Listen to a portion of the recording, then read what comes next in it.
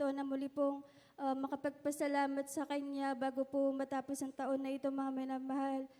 Balikan ko lamang po, it was year 2010 po nung ako'y makakilala sa ating pinakamamahal na Panginoong Hesus.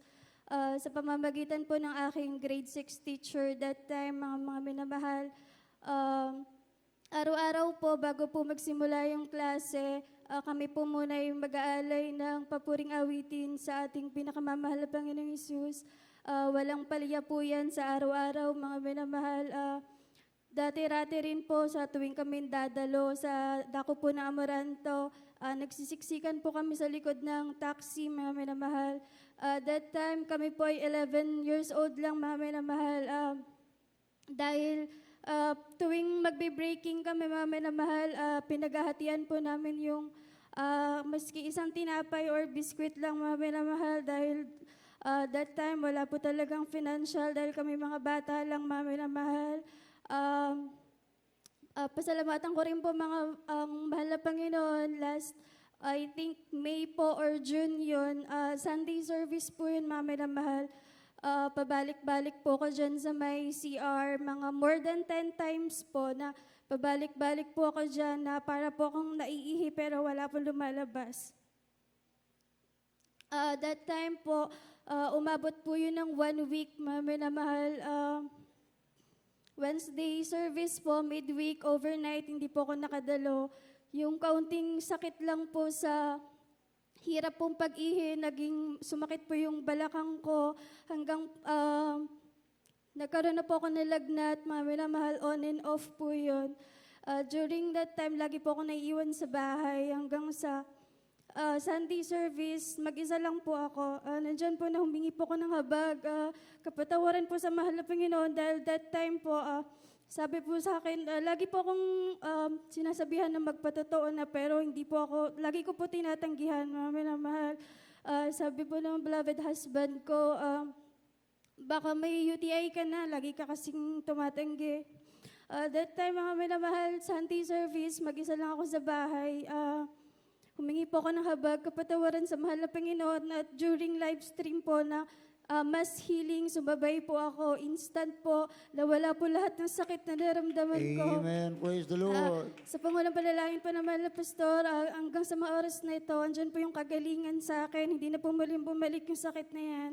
Amen. Praise the Lord. Last na lang po, mami na mahal, last September po, dinadaing ko na po talaga na napapagod na po ako sa pag-commute sa araw-araw, mami na mahal.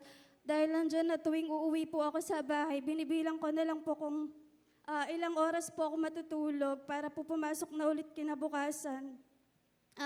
Sabi ko maghahanap na lang ako ng work from home. Nandyan po na ilang weeks or months na naghahanap po ako ng work from home pero wala po talagang wala po talagang kumukontak sa akin, mga minamahal. Andyan po na nakapanood po ako ng preaching noon sa cellphone po, mga minamahal, na sabi po nung sa preaching, mga minamahal, na kapag may hiningi ka sa mahal na Panginoon, kung ano man yung dinadala mo, ibigay mo lahat sa mahal na Panginoon, huwag ka umasa sa sarili mong kakayahan, dahil walang hindi kaya gawin ng mahal na Panginoon.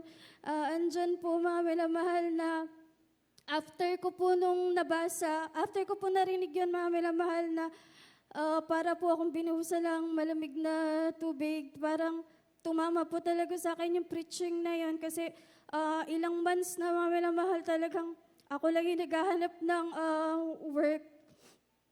Inaasa ko lang, lagi lang ako nakatutok sa cellphone para maghanap po ng work.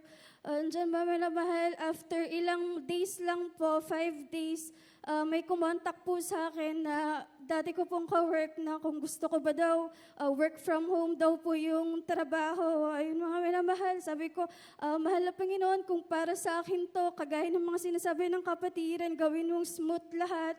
Andyan po, mga minamahal, interview na, mga minamahal, in-applyan ko po yun. Sabi, akala ko talaga po formal interview. Ang sabi niya lang po, pinakilala niya yung kumpanya. Then after nun, job offer na. Lubos-labis ko po pinagsasalamatan sa mahal na Panginoon. Sa mga oras na to, 1 month na po ako dun sa company. Sa pangunang panalangin po ng mahal na pastor. Lubos-labis ko pong pinasasalamatan niyo sa ating pinakamamahal na Panginoong Isus. Pasalamatan ko rin po ang mga pagpapala ng mahal na Panginoon, material, financial, physical, at higit po sa espiritual na pagpapala, ang lahat ng kapurihan, pasasalamat, pagdakilay para lang po sa ating pinakamamahal na Panginoong Isus.